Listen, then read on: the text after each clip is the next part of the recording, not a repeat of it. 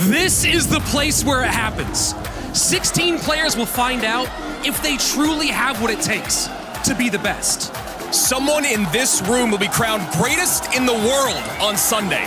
Let's just find out who it is. The 2023 Clash Royale League Finals starts now!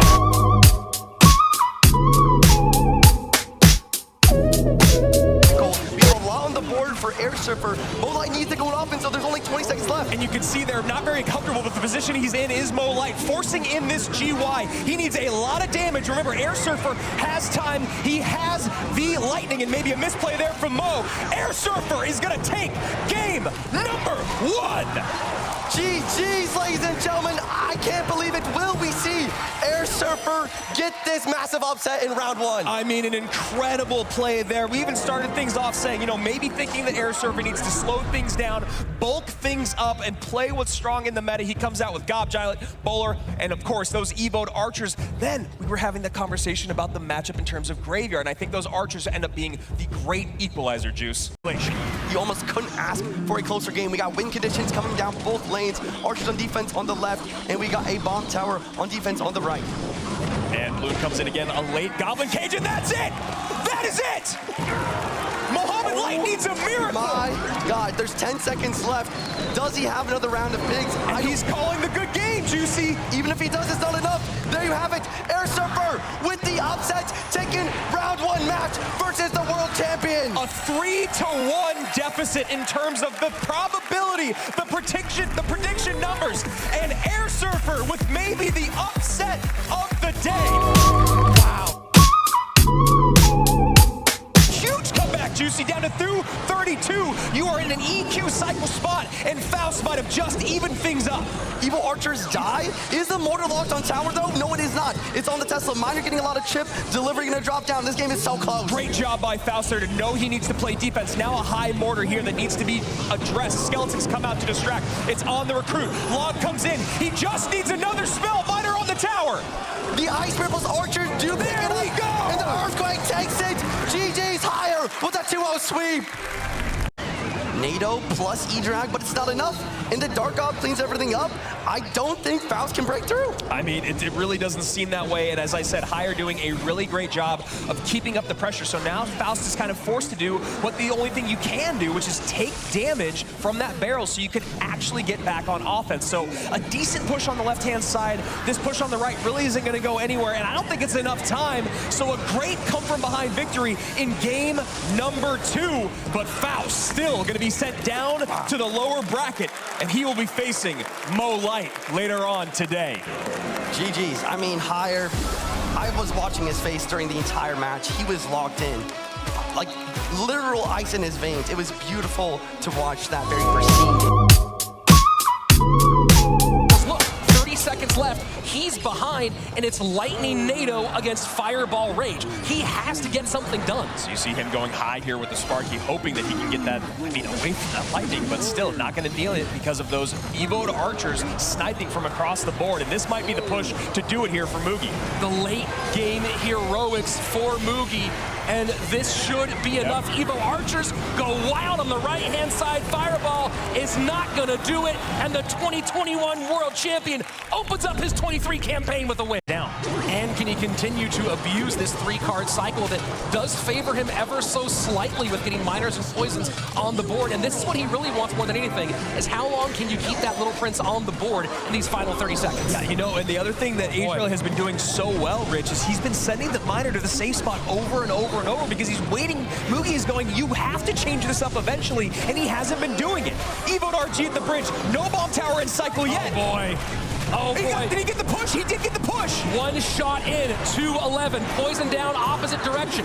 Fireball will be available for That's Mugi. it. Now Miner goes the other way. Miner gets on. Can it do enough? No, it will not. Mugi wins this one by a hair. Beautifully done by Mugi. Just, I mean, again, you talk about him playing RG, you talk about him breaking down what he needs to do. He knew exactly where he needed to be, got that fireball perfectly in time, and that is why he is a former world champion. Absolutely, I mean, you all said, he has been incredibly confident this entire week, but you have to imagine the nerves are coming in. A lot of weak elixir here. I know I keep talking about it, but 10.5 or 10.1 to 8.1 here is both these guys are doing a really good job of making sure they're making the best decision in the moment. And now Arden has a ton of elixir on the board, and Sosa does not have a lot to deal with it. Goblin Giant on the tower. And Arden can go ahead and throw the ability right there. Yeah, Guardian comes in. This is a lot for Sosa to deal with, and this might be the big shift. Goodness. Arden toe is needed. Tower going by. And look at that, Arden. You can hear the crowd pop. I don't know if it's fans, I don't know if it's family, but everyone is feeling that Arden vibe. An early tower take here, and more than enough in the tank to reset and defend for 58 seconds. If Arden wakes up, I imagine the other competitors are going to start paying a little bit closer attention as this tournament moves. Do anything. And you look at how these games and sets went for Adriel and now most likely Sosa, and I gotta say, it looked like Adriel had just a little bit more control of his destiny than Sosa has. It feels like Arden is kind of just running over him through these first two. Well, first time jitters, you can't replace it. And the fact that Arden's been here before certainly helps to a certain degree. And a little chip damage here, but that doesn't matter. There it is. Poison down, and he's not even celebrating yet. Come on, Arden, let's see the smile, let's go. There you go, he finally picks up his first stage win, and what a place to do it at World Finals. Down, the miner does not get there in time to tank for the balloon. Snowball to slow it down, and it does connect. Oh my word, the lead swings to Wallace in our final minute. Right there, bomb tower 2 to defend. A big push coming in from Pandora, giving the tower down to 965. But Wallace, let's see what he's going to do. Is he going to attack with just the miners, or is he going to go in with one more loon push? These poisons are a huge problem for Wallace, as he does not have the same ability to create direct damage on the tower. You see the miner not getting it done. Loon in for the pressure, poison in for Pandora. 30 seconds left. Beautiful adjustment. He wants the balloon to get tanked. The miner on top of the tower, 115.66. 17 HP left. Log in. Is the loon gonna get there? Yes, it will. Wallace takes game number 1. Into the tower all the way down to 2304, but nothing more. Wallace just going to set up with another pump. Again, exactly what you want to do when you're playing these Sparky pump decks. Barbs in cycle this time. Fireball does not get the archer to see Wallace shake his head. That was not what he was hoping for. And now the NATO clears, and this should be enough to get this tower all the way down. Pandora takes game number 2. Oh my goodness, misses the fireball. Oh, you hate to see that matchup. Yeah, this is definitely rough for Wallace, and playing this one from behind already.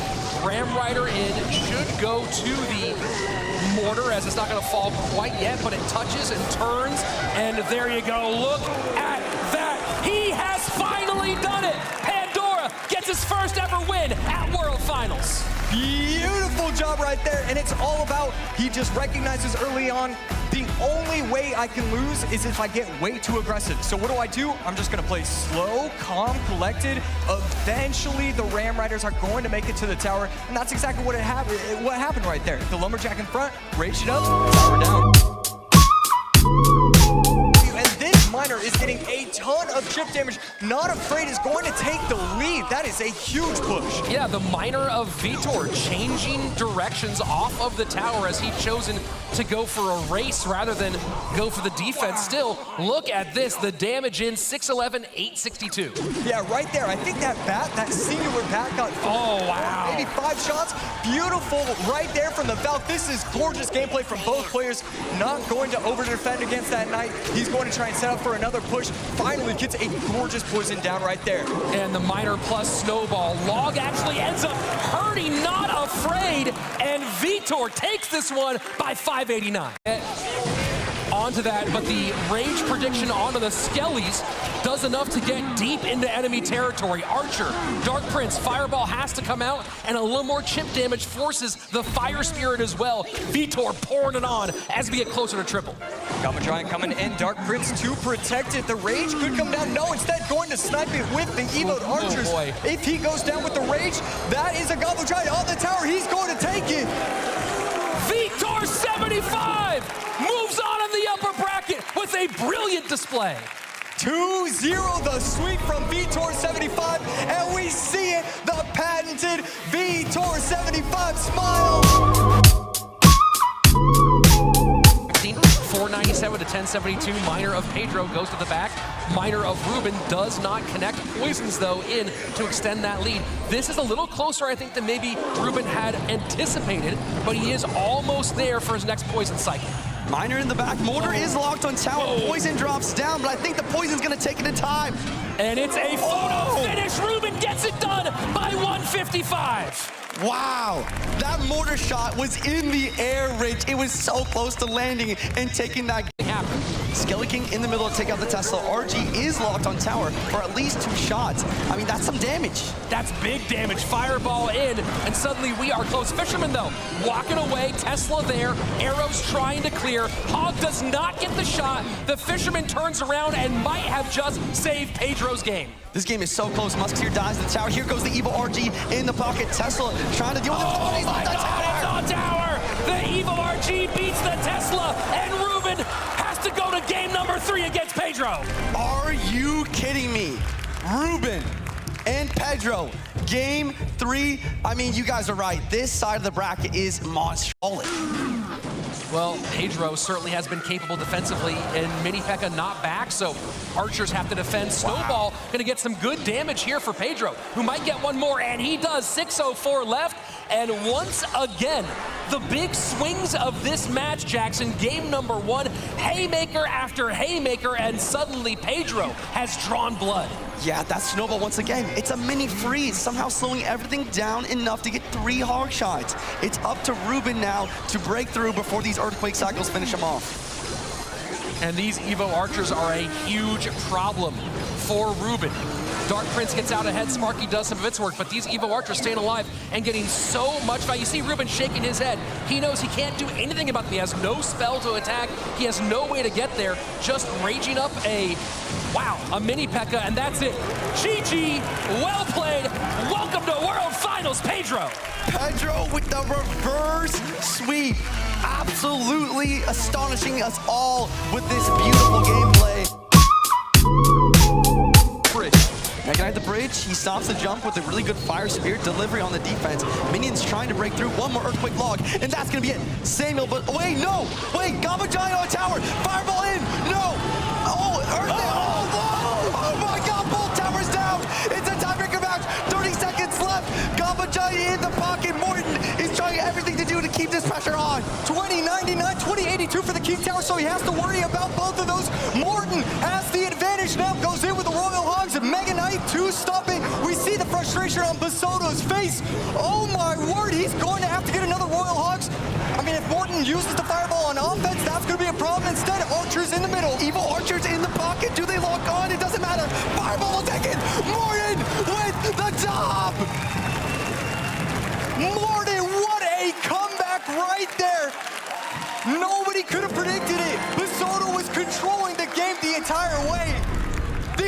The most hyped up matchup in round number 1 for a great reason. Morton never wavered. He stuck to his game plan, cycling the Mega Knight at the bridge, trying to create a little bit of pressure, trying to create just one mistake, and that's exactly what for the right side. Morton needs a lot of damage, though, if he wants to outpace this Lightning. Baby Dragon once again in cycle, dropping down the defense.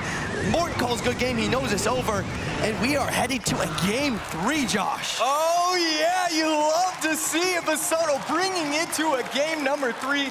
I mean, no mistakes whatsoever, and it really is as simple as, I have Baby Dragon in cycle, I'm gonna place it down. If he uses Minion Horde on top, I NATO. It's those 1-2 combos that he did every single time, and it always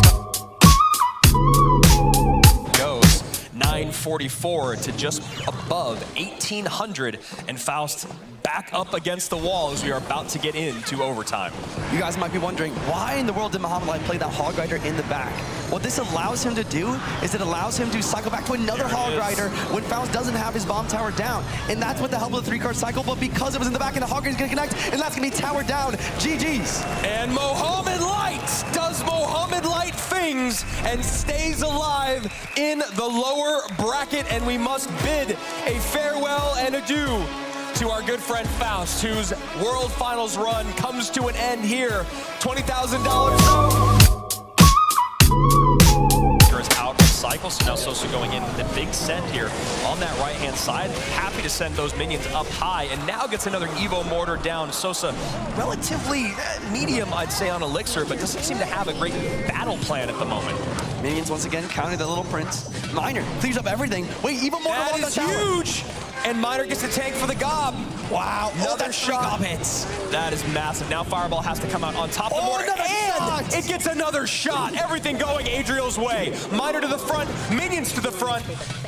Wow, and the Poison gonna drop down as well. Yeah. Poison does 216 tournament standard. I think that's enough to win this game. GG's, well played to Adrio. And a beautiful, beautiful game number one, completely to stop any hog hits. Sometimes it only takes one play or two to feel like you're back in rhythm. And finally, for Sosa fans and Sosa himself, feels like he might be there. Adriel gonna have to feel a little bit nervous and maybe play a little bit better defense than we saw on that last E-Giant set. Evo Firecracker at the bridge. It's locked on damage. It's so much E-Giant getting taken care of by that Prince quite nicely as well. And no NATO there for the Hog. Bowler's already down. Double Bowlers are in, but Bowler is no longer behind an E-Giant. It is gonna, you know, I guess technically tank for this Phoenix egg, but I'm sure Adriel will get on top of that very easily, and it's an MK right on top of that egg. Bowler getting some nice shots on both sides, but the right side is what matters. Prince down, and he doesn't have any way to stop this. That lightning, and Sosa's gonna take it. Wow. GG's, ladies and gentlemen. Wow. And we're going to a game 3. An elimination game number 3. It's Balloon. Sosa has it in front of tower, but those recruits are going to do a great job of distracting it. He gets the archers here. Snowball to slow. Is this balloon going to take? Fireball. Wow, and this is looking scary. Yeah, Snowball Fireball comes in. That balloon should get a drop. It does! And the last second delivery, that is double damage in terms of losing the elixir, taking the drop from the balloon, and the death damage. And now Adriel is just one spell cycle away from staying alive in World Finals. There's the snowball, and here's the fireball, ladies and gentlemen. Adriel gonna take it. GG's. And Sosa able to at least pick up a game on his World Finals run. Congrats to him, but a much bigger congrats to Adriel, who takes his first match win at World Finals, and he had to work for it. Wallace, though, has a great counter push coming in. You see right there, Not Afraid, shaking his head, knowing that this is a lot to deal with. Archer alive and on the Tesla. MK on the tower. Prince pulling Elixir out of the wrong side of the board for Not Afraid. Now Miner goes to the back. Does he have a spell? Arrows are in. And just like that, it feels like the end of Not Afraid's World Finals run. Down to 576. He's going to go in with the opposite lane. Just an Ice Spirit in response from Not Afraid. But everybody in the crowd knows it. Everybody back home knows it. Wallace is going to try and take that right tower. I mean, Not Afraid. Royal Hogs, quick cycle, going against Mega Knight. Just a lot of cards that are just always going to be defending those Royal Hogs easy. Yeah, and having the arrows there, great call, obviously, knowing that the archers were still in play. You have to imagine you're going to run into Evo archers. You know that the Evo archers aren't taken care of by the arrows, but going to do a good job on those regular archers, and that's exactly what gave Wallace a massive lead and adds to it right there. Good Bandit going to place it off to the side so that way it gets the dash. That's it. He's not defending this. And a nice 2-up, 2 down for Wallace, who just a little while ago did not have that signature smile on his face, but very happy to stuff from Morton. This does feel very tight again. Evo Archer getting some more pressure on the left-hand side, but you can see the poison cycle maybe slightly ahead for Ruben at the moment as he gets the prediction on the skeletons, and he is going to put a ton of damage on and poison back around one more time. Yeah, forget everything I was saying earlier. He's going to go same lane. It's going to be a base race to see what is going to happen. The log versus the snowball will change a lot. Poison in, ticking away. Can the Miner of Morton hit? The Miner from Ruben gets there. 24 HP. Ruben takes game number 1. Ruben going same lane, forgetting the left lane damage, just going all in. The snowball and the log being the difference makers. He can push the miners off the tower. He has to catch everything correctly. And right there, Ruben. I mean, wow. I mean, what a match. Great. 24 HP, was that what it was? That was 24 HP. That was 24,000 beats per minute on the heart rate. That was the kind of finish that we expect in games. seconds left in OT. 1296 to 1401. Hog to the right-hand side. Bowler will defend. Mega Knight does it leap. Mega Knight almost connects, just barely doesn't. And that could be a turning point here. 18 seconds left, and Morten does not have a lot of spell power to go against this lightning. Yeah, right there. Double Baby Dragons up. The minions are going to do nothing. The Hog is going to go to the Tombstone. 979 to 1401. This is going to be Ruben taking out Morten. Oh my. Of all the things you could expect on day number 1, the last thing, and you can even see Ruben, either a big sigh of relief mixed with maybe a sigh of disappointment that one of his greatest rivals out on the very first day, but it is Ruben, 2020 world champion with Team Queso, the MVP of that season, proving, despite maybe some criticisms of the last couple of years, that he is still at that